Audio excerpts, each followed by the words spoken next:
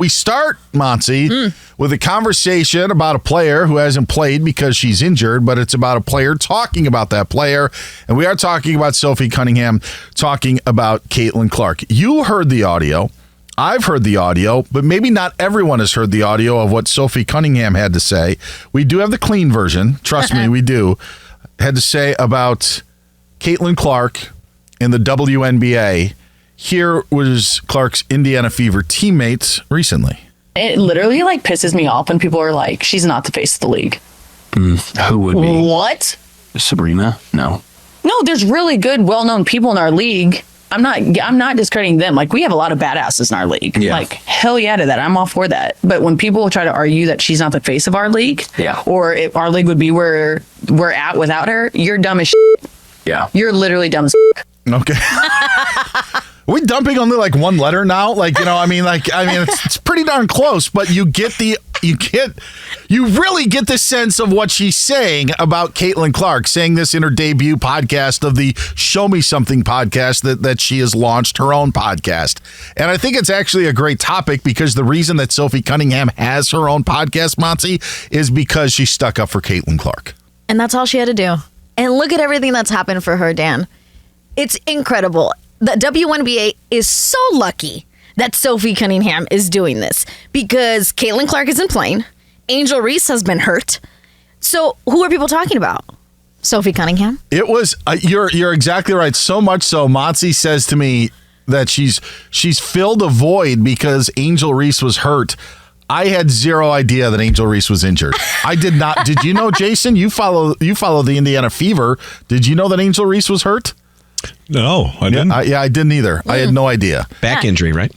Yeah, back and maybe even something else, but that's what was listed, that she had a back injury. And she missed several games. And so I was like, nobody's talking about the WNBA, especially since the All-Star game, because everybody was, criticizing them for wearing their shirts and then not playing hard in the All-Star game. But if it wasn't for Sophie Cunningham, I know the conversation around Sophie is up and down in the sense you're either a huge fan or you hate her. But luckily, the WNBA, people are still talking about it, and it has to do with Sophie Cunningham.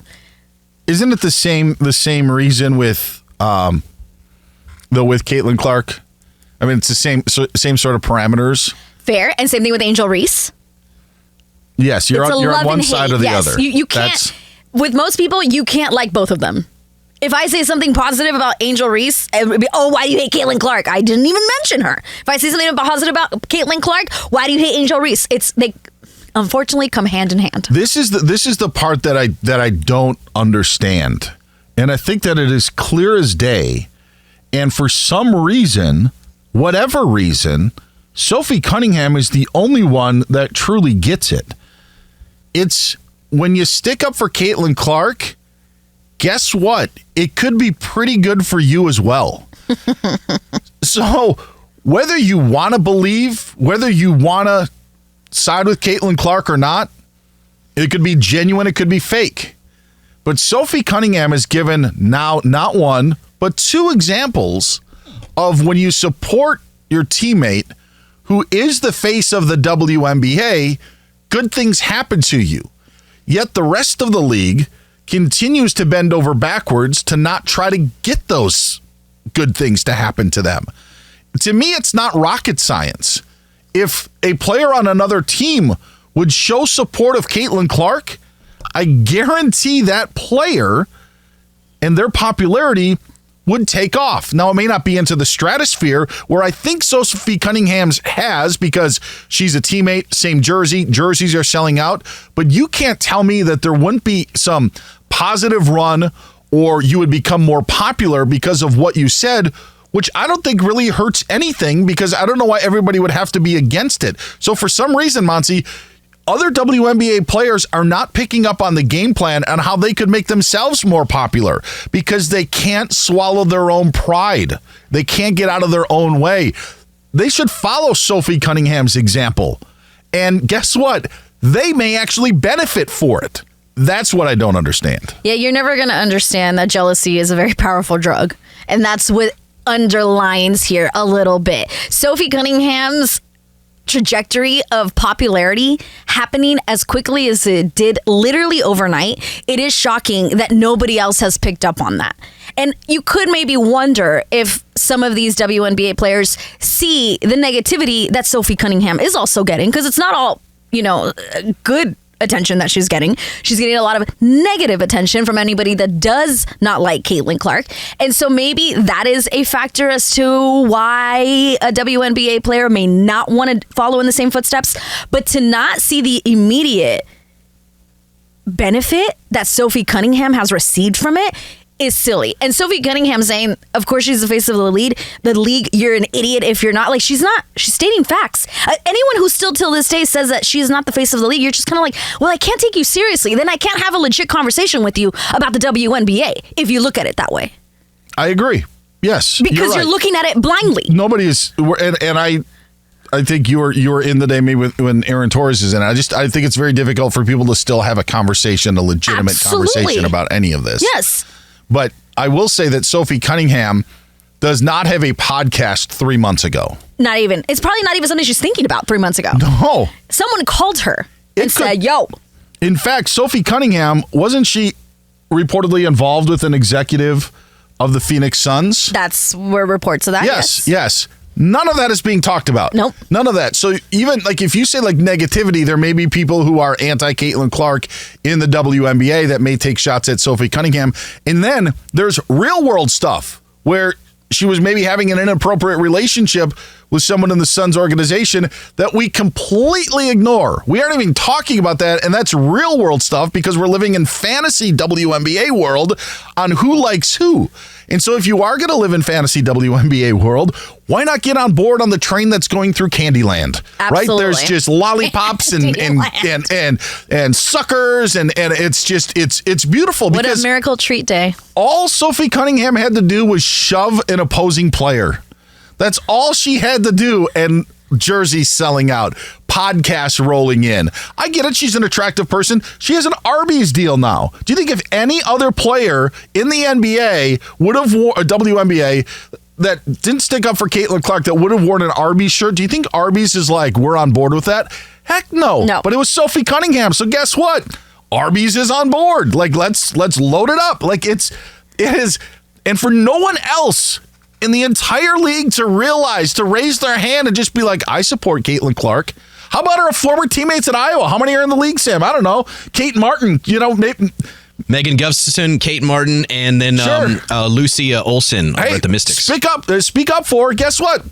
You'll maybe get a Dairy Queen ad. We got Dairy Queen. We're all about Dairy Queen today. Maybe that happens. But for some reason, no one gets the message, and that's what it boggles my mind. No, Dan, they have the message.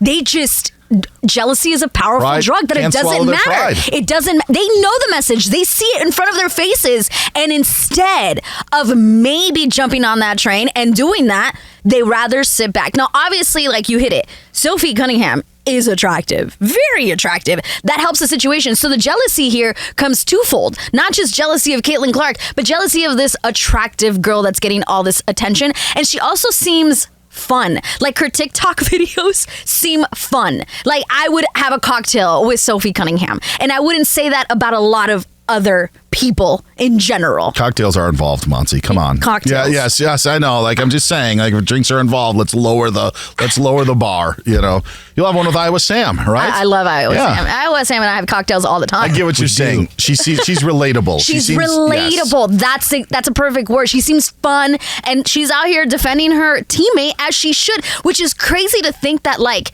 it just emphasizes how much she stood out doing that, because nobody was doing that for Caitlin Clark when all the fans of the WNBA or Caitlin Clark of basketball were just wondering how the league was letting this happen to the new face of the sport. Jason Stewart's our resident Caitlin Clark backer. Sorry, Iowa Sam. He only watches Fever games. Have you checked out Sophie Cunningham's new podcast? What's your take on this whole deal? Before I get to that, I want to corroborate some information. Monse indeed drinks cocktails with Iowa Sam all day. I called Sam once during a happy hour. I called Sam. I never do this, but I needed information right away for work, and Monse answered. So they were mid-session. We were living it up at the Cheesecake Factory. Oh, all right. Yes, we were. Yes, we were. Of course. So, By the way, I tried to make like a ha-ha joke, like Monse will drink with anybody. And then it came off like I made her sound like a lush. And so then I tried to double down by saying, "Oh, she'll lower the bar with Iowa Sam," and then I threw Iowa Sam under the bus. So I am sorry to both of my teammates. No I offense tried taken. to make jokes that none of which landed, and I used both of you at my expense. Don't worry. I won't have cocktails with everybody, so I knew that. Come on, man. Come on. but I think the person in the story I think that looks the worst. And Dan, you brought this up a few weeks back, and I love the angle because I like anything that's very negative. You brought up the fact that Aaliyah Boston hasn't been that outward supporter of Caitlin Clark. Aaliyah Boston, her teammate, the one who benefits most from Caitlin's passing, has gone the other way when there have been quarrels. There hasn't been a lot of verbal sticking up for her. And I think she kind of looks the worst in this because Sophie Cunningham comes over as Johnny Come Lately, and she's gotten all this fame because she protects and is in Caitlin's corner. And Aaliyah Boston could have done that as early as last year, and she didn't. And also, I think, we can't ignore this. I know it's a light conversation, but we can't ignore this.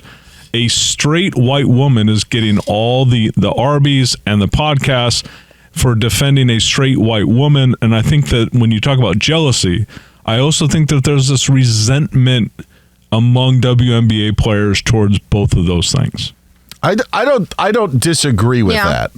I don't disagree with that. But while you're saying straight, and I think that there may be a divide in some parts, what I also just find fascinating is that because from what Sophie Cunningham said in the podcast, which is correct, Caitlin Clark is the face of the WNBA. The second most popular player in the WNBA right now is averaging 7.7 points per game. Because that's Sophie Cunningham. Yep. You can tell me all you want that A'ja Wilson is better, which agreed. She is. Any All-Star that made the All-Star team is better than Sophie Cunningham. In fact, there may be, 40% of the league that's better than Sophie Cunningham right now. But Sophie Cunningham's point about Caitlin Clark being the face of the league is also why Sophie Cunningham right now is second to that. Mm. And it's a spot that Angel Reese wanted to be shoulder and shoulder with Caitlin Clark on it. Angel Reese was never saying, I'm the best player in the NBA. She was saying, I'm just as popular and I'm a reason why this is popular. Well, right now, Sophie Cunningham is up to that number 2 spot because of what she did in supporting Caitlin Clark. So instead of being across from her, because that's all that Angel Reese was getting at. Angel Reese was not talking about skill. She's talking about the popularity of the game and how she felt that she was the one to raise it. Right now, look at what Sophie Cunningham has done for her own profile just by sticking up. I think she's the second most popular player right now in the NBA. And there are names that we know. Again, all of the All-Stars are better player, but when it comes to popularity, the second most popular player right now is averaging less than 8 points a game because she shoved an opposing player who decided to get in the face of Caitlin Clark. That's simple math to me. And I don't know why the other WNBA players can't do that math. I'm not saying they're dumb, but it just seems like a simple solution. Again, they're choosing their pride and they're not... Yes. Reluctance to kiss the ring, perhaps. Yes. And it's so crazy because like you just said, it's like you're speaking to not the, Sabrina Ionescu's and Breanna Stewart's. You're not speaking to them. You're speaking to players who maybe nobody knows who you are. And if you came out and maybe took a side, Caitlin's side, look at the benefit for it. Look at the benefit for it. Because the stars are already there. There are stars in the WNBA. People tune in for different players, but it's not, to them, it's not worth it. And I think that's what's hard to grasp, that it's not. How do you not view this as worth it? I don't understand. I'm trying to think of an old cliche. Was it pride comes before the fall? That doesn't seem to be apropos here, but it seems that pride is getting in the way of a lot of this. Mm-hmm. And I would also say this, that they're in a spot where they are fighting for a lot. They're about to be in a labor negotiation with the league about wanting more, and we could talk about Caitlin Clark's importance and all of that. But isn't Sophie Cunningham also setting herself up for life after basketball? 100%. And so if you think about those sort of avenues, you can't be so short-sighted and narrow-minded to think that I'm going to stick up for what sounds phony, but you have to analyze it of this. Is this a short-term win or is it a long-term win? And right now, Sophie Cunningham, one episode in, we've led the show off with their podcast. Now, that probably won't happen every Sophie Cunningham podcast, but there's going to be an audience. And then guess what? Sophie Cunningham's done media. So if any other network or anybody wants to bring Sophie Cunningham on, guess what? Like, these are opening doors for yourself. And when you're so caught up in your jealousy and can't swallow your pride, you're only hurting yourself. And I think that's what we see with this Sophie Cunningham sort of deal.